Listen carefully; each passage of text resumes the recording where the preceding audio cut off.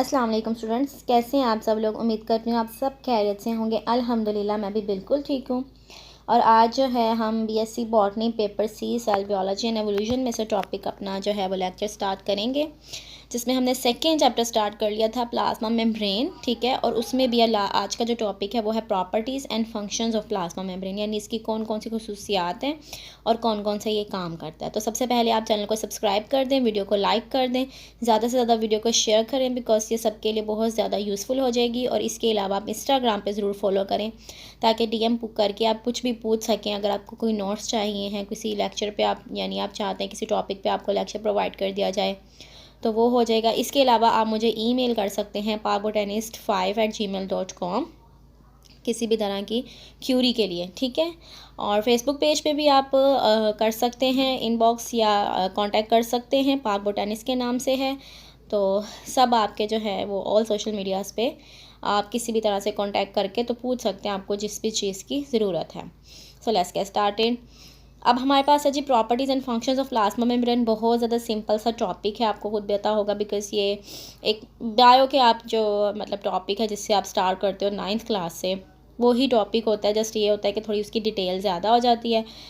तो properties and functions में क्या है कि membranes include the plasma membrane have the several important properties. इसकी कुछ खास इंपॉर्टेंस है उसकी प्रॉपर्टीज़ की वजह से, खसूसियात की वजह से। And these include permeability, movement of substances into and out of the cell and cell to cell communication. Main चीज़ जो है उसमें 3 ही पॉइंट बनते हैं। एक तो ये कि उसमें परमेबिलिटी कैसी है कि कोई चीज़ उसमें से गुजर पाएगी, छोटी गुजरेगी, बड़ी गुजरेगी, कैसा उसका साइज़ है। और इसके अलावा जो है जी सब्सटेंसेस की मूवमेंट है into and out of the cell, के सेल के अंदर सब्सटेंसेस आते हैं तो किस तरीके से आते हैं, आउट ऑफ द सेल जाते हैं तो किस तरीके से जाते हैं। और इसके अलावा सेल टू सेल कम्युनिकेशन के 2 सेल आपस में किस तरह से कम्युनिकेट करते हैं। तो परमेबिलिटी है। परमेबिलिटी में सबसे पहले क्या चीज़ है जी, permeability is an important property of the plasma membrane. इसकी ये बहुत इंपॉर्टेंट प्रॉपर्टी है बिकॉज आपको पता है कि प्लाज्मा मेम्ब्रेन एक दीवार है ना, वॉल है। तो फिर वो जब उसमें परमेबिलिटी नहीं होगी बायोलॉजिकल मेम्ब्रेन्स में या ये प्लाज्मा मेम्ब्रेन में, तो उस वक्त तक उसमें जो सब्सटेंसेस का मूवमेंट है ना, एक्सचेंज है, वो बहुत मुश्किल हो जाता है। तो जो प्लाज्मा मेम्ब्रेन है इसकी है सिलेक्टिव परमेबिलिटी। सिलेक्टिव का आप ये मतलब ले सकते हैं कि उसमें से कुछ सब्सटेंसेस जो है वो ईजिली खुद ब खुद पास हो जाते हैं और कुछ जो है वो नहीं होते। ये फिर इसके लिए बहुत ज़्यादा बेनिफिशियल है क्योंकि हर तरह के सब्सटेंस को भी वो अंदर एंटर नहीं होने दे सकता, और ना ही ये कि बहुत ईजी जो छोटे छोटे सब्सटेंसेस हैं उनके लिए भी बहुत ज़्यादा मुश्किल हो। इसीलिए हम इसको कहते हैं दिस इज़ डिफरेंशियली परमिएबल। मैंने शेयर किया हुआ दिस इज़ डिफरेंशियली परमिएबल, यानी फ़र्क करती है सब्सटेंसेस में। मीनिंग डैट सर्टन सब्सटेंसेस, वो आगे उसी की वजाहत करें जब आपको बता चुकी हूँ। Meaning that certain substances cross the membrane very easy and rapidly than the others, यानी कुछ बहुत आसानी से गुजर जाते हैं और कुछ को कुछ दिक्कत का सामना करना पड़ता है। Because large regions of the plasma membrane are mostly lipid membranes. आपको पता है कि इसमें ज़्यादा लार्ज रीजन्स जो हैं वो लिपिड मेम्ब्रेन्स के हैं। They are more permeable to the hydrophobic substances. तो उसमें से जो हाइड्रोफोबिक सब्सटेंसेस हैं वो आसानी से गुजर जाएंगे than to anything that carries on the electric charge. इसके अलावा कि जो दूसरे सब्सटेंसेस हैं जिसके ऊपर किसी ना किसी तरह का इलेक्ट्रिक चार्ज होता है वो इतनी आसानी से नहीं गुजर पाते। उसके लिए फिर दूसरे मैकेनिज्म है, उसको फिर हम डिटेल में देख लेते हैं, इसी टॉपिक में वो भी कवर हो जाएगा। However if charges compound such as the inorganic ions, जैसे अगर चार्ज कंपाउंड आ जाए जिसके ऊपर चार्ज होता है, जैसे इनऑर्गेनिक साल्ट्स हैं, शुगर्स हैं, अगर इस तरह के सब्सटेंसेस आ जाएं and the amino acids could not enter the cell at all, और if very they could enter only slowly, यानी बहुत आहिस्ता से गुजर सकेंगे from the cell include the starve, यानी इतना स्लोली गुजरते हैं कि समटाइम सेल जो है वो स्टार्व करता है, यानी वो अपनी इस कमी से या खुराक की कमी से मरने को कहते हैं ना, स्टारवेशन। तो वो ये चीज़ हो जाती है कि सेल उसमें से, यानी सेल की वॉल में से वो पार्टिकल्स जो हैं वो आसानी से गुजर नहीं पाते, यहाँ तक कि उसमें कमी भी हो जाती है। फिर उनको स्पेशल केसेस के ज़रिए जो है वो गुजारते हैं, और वो कैसे, वो फिर आगे डिटेल आ जाती है, उसको अभी डिस्कस करने की ज़रूरत नहीं है। उसके बाद बात आ जाती है जी ट्रांसपोर्ट की, क्योंकि हमने पढ़ी यही 2-3 चीज़ें हैं ना, परमिएबिलिटी है, ट्रांसपोर्ट है और साथ में सेल टू सेल कम्युनिकेशन है। 3 चीज़ें या 3 पॉइंट इसमें मेन है। अब ट्रांसपोर्ट में फिर आगे डिटेल होगी कौन सी ट्रांसपोर्ट है, कैसे होती है, कौन कौन से सब्सटेंसेस गुजरते हैं या कौन से नहीं गुजरते। The substances can move into and out of the cells by various mechanisms, वो different mechanism यूज़ करते हैं such as diffusion, osmosis, facilitated diffusion, active transport and vesicle mediated transport. इन सब की डिटेल नेक्स्ट है. तो अब सबसे पहले क्या है जी, डिफ्यूजन एंड ऑस्मोसिस क्या प्रोसेस है. जैसे आपको पता है कि much of the transport cross all the membranes occurs by the diffusion. बहुत ज़्यादा जो ट्रांसपोर्ट का पार्ट है ना, लाइक 80 to 90% जो वो डिफ्यूजन के ज़रिए से हो जाता है बहुत आसानी से, यानी higher concentration to lower concentration substances easily move कर जाते हैं. ठीक है, जिसमें वो ऑक्सीजन वगैरह कार्बन डाइऑक्साइड गैसेस के मॉलिक्यूल्स आसानी से वो डिफ्यूज़ कर जाते हैं. When substances a more concentrate on one side and of the membrane than the other side, यानी एक साइड पे वो मेम्ब्रेन के ज़्यादा कॉन्सनट्रेटेड होते हैं दूसरी साइड की निस्बत, तो फिर उसका ये फ़ायदा होता है कि जो जहाँ पे साइड जो है वो ज़्यादा होते हैं, वो डिफ्यूजन पार्टिकल्स हैं वो डिफ्यूज़ से क्रॉस द मेम्ब्रेन वो क्रॉस कर जाते हैं, डिफ्यूज़ कर जाते हैं. हाई कॉन्सनट्रेशन वाली साइड से जो है वो लो कॉन्सनट्रेशन वाली साइड पे आ जाते हैं. इसी को तो हम कहते हैं डिफ्यूजन. और ऑस्मोसिस भी आपको पता है इसी का नाम है. ठीक है, यानी यहाँ से मैं आपको लाइन दोबारा बता रही हूँ. Side of the membrane then on the other side the diffuse a tendency for the substances to diffuse across the membrane down the gradient, यानी डाउन द कंसंट्रेशन ग्रेडियंट वो मूव करता है like high to low. And one of the important example of the uptake of the oxygen by performing the cellular respiration. और cellular respiration के process से सबसे ज़्यादा Uptake जो किया जाता है वो ऑक्सीजन का होता है, और वो डिफ्यूजन के प्रोसेस से ही होता है. और अगर वाटर के मॉलिक्यूल्स आ जाएंगे तो फिर हम उसको कहेंगे दिस इज़ ऑस्मोसिस. ये हम पहले भी मैं आपको बता चुकी हूँ और आपने पढ़ा भी है. The movement of the water molecules across selectively permeable membrane is a special term या special type of diffusion and it is called the osmosis. और इसको हम जो नाम देते हैं वो ऑस्मोसिस है. और ये पैसिव ट्रांसपोर्ट है, आपको पता है, क्योंकि इसमें किसी भी तरह की एनर्जी वगैरह का यूज़ नहीं होता. And the direction of osmosis determined by the hypotonic solution और difference in the total solute concentration. Total solute की जो कंसंट्रेशन है उसी से हमें पता चलता है कि उसकी डायरेक्शन क्या होगी, क्योंकि इसमें भी आपको पता है अगर वाटर की कंसंट्रेशन हाई है फ्रॉम दी हाइपो, देखिए यहाँ पे नेक्स्ट लिखा भी हुआ है, water will move from hypotonic to hypertonic solution. यानी जहाँ पे वाटर की कंसंट्रेशन जो है वो हम होगी वो मूव करना शुरू कर जाएगा, क्योंकि सोल्यूट की कंसंट्रेशन हमने देखनी होती है ना. तो वाटर की कंसंट्रेशन जहाँ पे ज़्यादा है वो वहाँ से मूव करना शुरू कर जाएगा जहाँ पे वाटर की कंसंट्रेशन कम है. वाटर मूव अक्रॉस आ मेम्ब्रेन में से वो मूव करता है सेपरेटिंग द आइसोटोनिक सॉल्यूशंस. और जो आइसोटोनिक सॉल्यूशन उनको अलग अलग करता है at the equal rate in both direction. अगर आइसोटोनिक सॉल्यूशन हो तो वो इक्वल रेट पर दोनों साइड पर मूव कर रहा होता है. There is no net osmosis between the isotonic solutions. और आइसोटोनिक सॉल्यूशन में किसी भी तरह की ऑस्मोसिस नहीं हो रही होती, क्योंकि वाटर की कंसंट्रेशन दोनों साइड पे बराबर होती है. The movement of water across the membrane and balance of the water, ये जो दोनों चीज़ें हैं between the cell and the environment are crucial to the organism.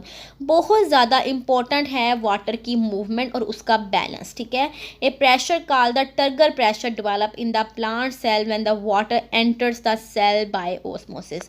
जब ऑस्मोसिस के ज़रिए से वाटर अंदर एंटर होता है तो उसमें टर्गर प्रेशर होता है. और टर्गर प्रेशर बहुत ज़्यादा इंपॉर्टेंट है एक प्लांट के लिए, उसको खड़े होने के लिए, जिसको आप कहते हैं ना, अदरवाइज वो मुरझा जाता है.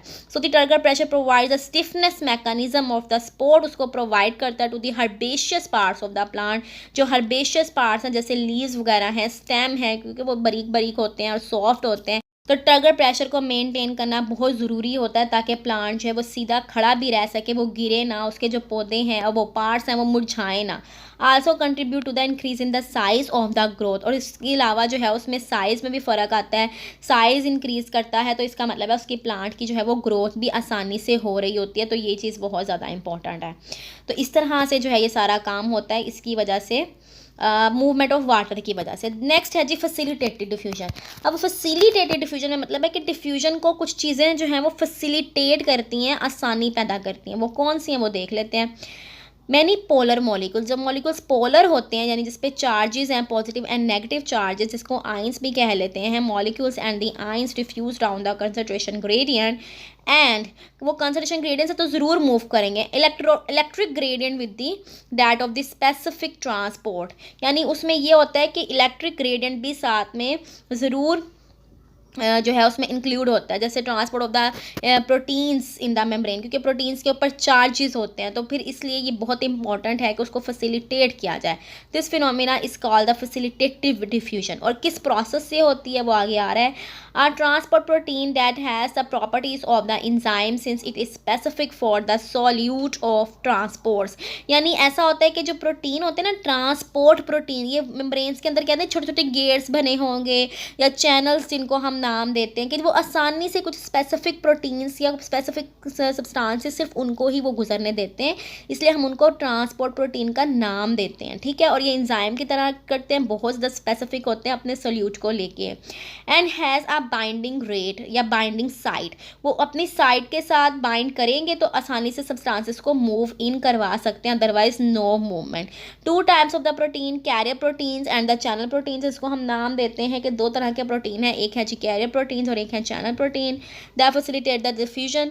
अब कैरियर प्रोटीन्स क्या है? Carrier proteins bind to the specific solute, अपनी पसंद के सोल्यूट के साथ वो बाइंड करते हैं जो स्पेसिफिक है, ख़ास है, उसके लिए बीइंग ट्रांसपोर्टेड, जिसको ट्रांसपोर्ट करना है, and undergo a series of the conformational changes, फिर उसमें कुछ चेंज आते हैं इन ऑर्डर टू ट्रांसपोर्ट, कि वो ट्रांसपोर्ट कर सके सोल्यूट को इनसाइड द मेम्ब्रेन या अक्रॉस द मेम्ब्रेन। जैसे एंजाइम काम करते हैं ना रिएक्शन करने के लिए, जी एंजाइम के साथ बाइंडिंग होगी तो सबस्ट्रेट की, तो उसमें कुछ चेंजेस आएंगे कन्फर्मेशनल, यानी उसकी जो डायमेंशन है उसमें चेंज आता है और फिर रिएक्शन होता है। इसी तरह प्रोटीन के साथ भी कुछ जब वो सब्सटेंस कंबाइन करते हैं तो उसमें कुछ चेंज आता है और फिर वो आसानी से उसको मूव करने देते हैं। ठीक है, और दूसरे जो है वो है जी channel proteins form the water filled pores across the membranes, ये चैनल्स बनाते हैं या पोर्स बनाते हैं।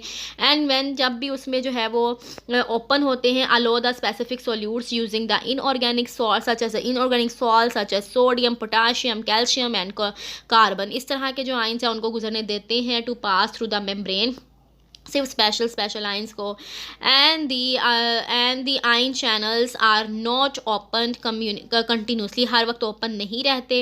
इंस्टेड दे में ओपन और गेट, जब सिर्फ तब ओपन होंगे ये दे हैव द गेट्स, वो गेट्स बने हुए हैं that open only and close again, बार बार वो जो है वो ओपन एंड क्लोज होते हैं, ब्रीफली वो ओपन होते हैं थोड़े से अरसे के लिए कि आइंस उसमें से गुजर जाएं और फ़ौरन ही वो क्लोज हो जाते हैं। ठीक है, और इसमें प्रोसेस जो है वो है जी एक्टिव ट्रांसपोर्ट का, जो तीसरी चीज़ हम इसमें देख रहे हैं। एक्टिव ट्रांसपोर्ट आपको पता है कि इसमें हमें एनर्जी की ज़रूरत पड़ती है, विजिबल है आपको? अगर नहीं है तो मुझे ज़रूर बताइएगा। Active transport, some transport proteins can move solutes against the concentration gradient, कुछ जो है वो कंसंट्रेशन ग्रेडियंट के अगेंस्ट आता है, और इलेक्ट्रोकेमिकल ग्रेडियंट, यानी इलेक्ट्रोकेमिकल ग्रेडियंट हो या concentration gradient across the plasma membrane, वो उसकी ऑपोजिट साइड पे जाएगा, from the side where they are in less concentrate to the side where they are more concentrated. ठीक है, वो लेस कॉन्सेंट्रेटेड से मोर कॉन्सेंट्रेटेड साइड पे जाता है, with the expenditure of metabolic energy, ATP. Most important चीज़ जो एक्टिव ट्रांसपोर्ट में, एटीपी का खर्च होगा, एनर्जी उसको मिलेगी तो फिर ही मूव करेगा, इसलिए हम इसको एक्टिव ट्रांसपोर्ट कहते हैं। और इसकी एक बहुत सिंपल सी एग्जाम्पल जो हम भी अपने स्टूडेंट लाइफ में सुनते आ रहे थे और समझते थे, वही एग्जाम्पल मैं आपको भी दूंगी कि जब आपने सीढ़ियाँ चढ़ना हो ना तो आपको एनर्जी की ज़रूरत पड़ती है। ठीक है, क्योंकि आप अगेंस्ट कंसंट्रेशन ग्रेडियंट जा रहे हो, आप लो टू हाई की तरफ जा रहे हो। फर्स्ट स्टेप लो होता है, दूसरा हाई, तीसरा हाई, चौथा हाई, तो आप जैसे जैसे ऊंचाई की तरफ जा रहे हो या ज़्यादा चीज़ की तरफ जा रहे हो तो आपको एनर्जी की ज़रूरत पड़ेगी। तो एनर्जी लोगे तो आप सीढ़ी चढ़ सकते हो, अदरवाइज आप स्टेयर्स नहीं जा सकते हो। ठीक है ना, इसी तरह एक्टिव ट्रांसपोर्ट में अगर एनर्जी मिलेगी तो वो लो टू हाई कॉन्सेंट्रेशन जा पाएगा, अदरवाइज वो कोई भी सब्सटेंसेस वगैरह जो है वो नहीं जाते।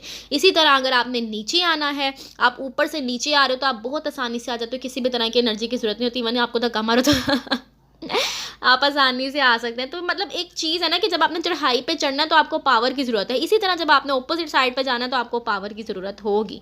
यही केस एक्टिव ट्रांसपोर्ट का होता है। तो आई होप आपको इस एग्जांपल से बड़ी अच्छी से समझ आ गई होगी, मैंने भी इसी से अंडरस्टैंड किया था और आज तक मुझे भूला नहीं है। इसी तरह इसमें भी होता है, एक्टिव में हमें एनर्जी देनी पड़ती है। तो active transport major factors in the ability of the cell cell की इस एबिलिटी में कि to maintain the internal concentrations of the small molecules. क्योंकि अगर ऐसा नहीं होगा ना, एक्टिव ट्रांसपोर्ट नहीं होगी, फिर किसी भी तरह का बैलेंस नहीं होगा कि हर तरह का मॉलिक्यूल अंदर जा रहा है, हर तरह का बाहर आ रहा है, तो वो एक बैलेंस नहीं आता। फ्रॉम कंसंट्रेशन, जब उसकी कंसंट्रेशन जो है वो अच्छी खासी वो हो जाती है, बैलेंस होती है with the surrounding environment. And good example of active transport की एक बहुत ज़्यादा गुड एग्जाम्पल जो है यहाँ पे है वो है it is a protein of a pump. Pump proteins जो होते हैं, पोटाशियम पम्प्स आपने पढ़ा है, calcium pumps are driven by the chemical energy. उनको जैसे आप एक मोटर और पंप नहीं यूज़ करते आप अपने घरों में, जो वाटर पम्प्स होते हैं, तो उसको हम एनर्जी देंगे तो पानी अंदर बाहर होता है, वो ज़मीन से पानी को निकाल पाता है ना। इसी तरह ये प्रोटीन पम्प्स हैं जिसमें हम पोटाशियम और कैल्शियम के पम्प्स की बहुत ज़्यादा एग्जांपल लेते हैं। ये लाइट एनर्जी को यूज़ करते हैं, एटीपी को यूज़ करते हैं, मैकेनिकल एनर्जी को यूज़ करते हैं the plants and fungal cells, and they typically are the protein pumps जो उसमें बने होते हैं, वो बिल्कुल और एक्टिव ट्रांसपोर्ट का मैकेनिज्म यूज़ करते हुए ट्रांसपोर्ट करते हैं। उसके बाद है जी वेजिकल मीडिएटेड ट्रांसपोर्ट। अब इसमें क्या होता है कि एक वेजिकल बनता है और वो ट्रांसपोर्ट में हेल्प करता है, यानी कह लो छोटा सा वेजिकल बन जाएगा जिसको आप थैलीनुमा स्ट्रक्चर कह देते हैं, या आप गोल ग्लोब्यूलर सा स्ट्रक्चर कह, तो पॉकेट्स का स्ट्रक्चर, पॉकेट का नाम दिया जाता है। तो उसके अंदर चीज़ आती है और फिर वो पॉकेट जब वो सेल के अंदर चली जाती है। और इसका प्रोसेस क्या है कि large membrane such as the proteins polysaccharides के जो लार्ज मॉलिक्यूल्स होते हैं, they are transported by the means of the vesicle mediate. क्योंकि अब बड़े बड़े मॉलिक्यूल्स हैं, उनको अंदर लाना मुश्किल काम है, तो उसमें क्या होता है कि वेजिकल या फिर सैक लाइक स्ट्रक्चर्स बनते हैं, जैसे मैंने आपको पहले कहा थैली या पॉकेट्स का नाम जिसको हम देते हैं, उस तरह के स्ट्रक्चर्स बनते हैं। वो इंगल्फ करते हैं अपने अंदर बड़े बड़े मॉलिक्यूल्स को, ठीक है। They cut off and the fuse with the plasma membrane. वो क्या होता है कि वो अपने अंदर मॉलिक्यूल को ले लेते हैं। This type of the transport is called the vesicle mediated transport process. मैं उसका एक दफ़ा आपको समझा देती हूँ।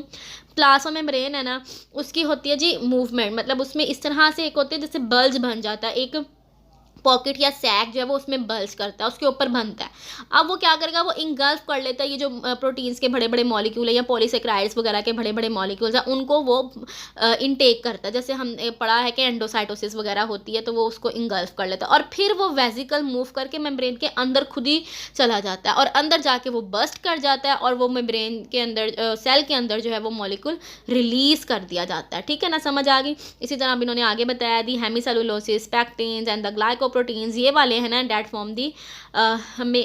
Form the means in the cell wall. Cell wall में ये मेन इनका फंक्शन है, मैट्रिक्स बनता है सेल वॉल में। They carry to the development of the cell walls in the secretory vesicles. वो सिक्रीटरी वेजिकल्स में मूव करते हैं। अगर हमने कोई चीज़ सेल से बाहर निकालनी है तो वो भी सेल से बाहर चली जाती है, और अगर इसी तरह हमने कोई चीज़ सेल के अंदर लेके आनी है तो वो भी हम इसी प्रोसेस से लेकर आते हैं। And that fuse with the plasma membrane, वो फिर प्लाज्मा मेम्ब्रेन के साथ फ्यूज़ कर जाते हैं, thus releasing the content into the wall. Wall के अंदर अपना कॉन्टेंट को रिलीज़ कर देंगे। This process is called the exocytosis. क्योंकि हम बाहर भेज रहे हैं किसी चीज़ को, तो इसको हम कहते हैं दिस इज एक्सोसाइटोसिस। और इसका जो उल्टा होगा वो होगा एंडोसाइटोसिस। ट्रांसपोर्ट ऑफ द जो है transport of the by the means of the vesicles can also work in the opposite direction. वो उल्टी डायरेक्शन यानी अंदर वाली साइड पे, it is called the endocytosis. During the process of the material form जो है उसका पूरा प्रोसेस करते वक्त, जब मटेरियल को प्रोसेस करना है, उसको संभालना है, या हमें अंदर कोई चीज़ लाने की ज़रूरत है, तो उस वक्त पे हम ये काम करते हैं कि जो मीन्स के एक्सोसाइटोसिस में होता है कि जो सिक्रीटरी है उसको हम बाहर ले जाते हैं ना, वेजिकल्स वगैरह, और जो एंडोसाइटोसिस है उसमें हम अंदर लेते हैं। During the process of the material for intake, जब उसका इनटेक किया जाएगा into the cell, induces the plasma membrane to bulge inward। उसका फिर ये होता है कि वो अंदर वाली साइड पे बल्ज करती है, produces a vesicle enclosing the substance, और उस वेजिकल के अंदर वो वाला सब्सटेंस होता है जो अंदर लाने की ज़रूरत है। द एंडोसाइटोसिस में भी फैगोसाइटोसिस होता है ईटिंग या engulf of the solid, injection of the solid particle such as the bacteria है जी, सेलुलर डेब्रिज है कोई भी, उसको हम कहते हैं वो अंदर लेके आएगा सॉलिड पार्टिकल को, तो उसको हम कहते हैं दिस इज फैगोसाइटोसिस। और दूसरी टाइप जो है वो है pinocytosis which is drinking of the fluid. तो उसमें यह है कि लिक्विड को वो ड्रिंक करता है, दिस सेल सैप वगैरह जिसमें small amount of the liquid है फ्रॉम देयर सराउंडिंग्स, अपनी सराउंडिंग से वो लेता है, एंड जिसमें कोई भी छोटे मोटे आइंस वगैरह भी प्रेजेंट होते हैं साथ ही। और रिसेप्टर मीडिएटेड एंडोसाइटोसिस तीसरी टाइप है which is the particular membrane protein serves as the receptors for the specific molecule जो रिसेप्टर के तौर पे एक्ट करते हैं स्पेसिफिक मॉलिक्यूल्स के लिए, ठीक है। तो वो फिर उन स्पेसिफिक मॉलिक्यूल्स को अपने अंदर रिसीव करके अच्छे से रिसेप्टर का वो जो अपना रोल प्ले करते हैं एंड ट्रांसपोर्ट कर लेते हैं उसको अपने अंदर, यानी सेल के अंदर उन मॉलिक्यूल्स को ले आते हैं। Unique example of the phagocytosis in plants is the found of the nodule formation जो है रूट्स में, वो एक बहुत ज़्यादा इंपॉर्टेंट और यूनिक एग्जाम्पल है। लिग्यूम की रूट्स में ऐसे होता है कि फैगोसाइटोसिस का प्रोसेस होता है और उसमें नोड्यूल की फॉर्मेशन हो जाती है during the release of the rhizobium. Bacteria जो है उसमें उसको रिलीज़ कर दिया जाता है bacteria from the infection threads, infection threads से उसको निकाला जाता है। और receptor mediated endocytosis is less common in plants, लेकिन यह कि जो रिसेप्टर मीडिएटेड है वो प्लांट्स के अंदर इतनी ज़्यादा विजिबल या कॉमन आपको नज़र नहीं आएगी। और तीसरा पार्ट जो है इसमें मूवमेंट में या प्लाज्मा मेम्ब्रेन की जो प्रॉपर्टी हमने पढ़ी थी वो है सेल टू सेल कम्युनिकेशन, यानी एक सेल का दूसरे सेल के साथ राब्ता, ठीक है। The successful existence of the molecular organisms depends upon the ability of the individual cells to communicate with the other cells, ठीक है। यानी एक दूसरे के साथ एक एक सेल की जो कम्युनिकेशन है ना वो बताएगी कि मल्टीसेलुलर ऑर्गेनिज्म कैसे बन रहा है, क्योंकि यूनिसेलुलर में तो होता ही एक सेल है। तो मल्टीसेलुलर ऑर्गेनिज्म में जब तक कम्युनिकेशन या कोलैबोरेशन नहीं होती ना तब तक वो ये काम ही नहीं कर सकता। Collaboration to create the hormonous tissues and organs and ultimately a proper functioning organism। जब उसमें कम्युनिकेशन होगी एक दूसरे के साथ राब्ता होगा फिर ही तो एक पूरा मल्टीसेलुलर ऑर्गेनिज्म इकट्ठा जो है वो अच्छे तरीके से काम कर पाएगा। This communication is brought about by the means of chemical signals and the plasmodesmata. और ये जो सारा काम है ये कम्युनिकेशन का ये केमिकल सिग्नल से ज़्यादा होता है और इसके अलावा प्लाज्मोडेस्माटा से होता है। आपको पता है plasmodesmata are the cytoplasmic connections between the cells और द प्लाज्मा मेम्ब्रेन्स, ठीक है। यानी साइटोप्लाज्म का दूसरे साइटोप्लाज्म के साथ कनेक्शन होता है जिसको हम प्लाज्मोडेस्माटा कहते हैं। इसके ज़रिए से जो है वो कम्युनिकेशन होती है। बाकी केमिकल सिग्नल्स तो आपको पता है हार्मोन्स फिरोमोन्स वगैरह निकलते हैं तो वो उसके ज़रिए से उसमें कम्युनिकेशन होती है। तो it was today lecture. I hope के लेक्चर आपको बहुत बहुत ज़्यादा आसान लगा होगा, समझ भी आ गई होगी। और अगर आपको ऐसा लगा है कि लेक्चर बहुत अच्छा था, ईजी था, तो फिर वीडियो को ज़रूर लाइक करें और ज़्यादा से ज़्यादा अपने फ्रेंड्स एंड फैलोज़ के साथ शेयर करें ताकि वो भी फ़ायदा उठा सकें आपकी वीडियो से। और मुझे दुआओं में ज़रूर याद रखें, अपना बहुत ज़्यादा ख्याल रखें। अल्लाह हाफिज़।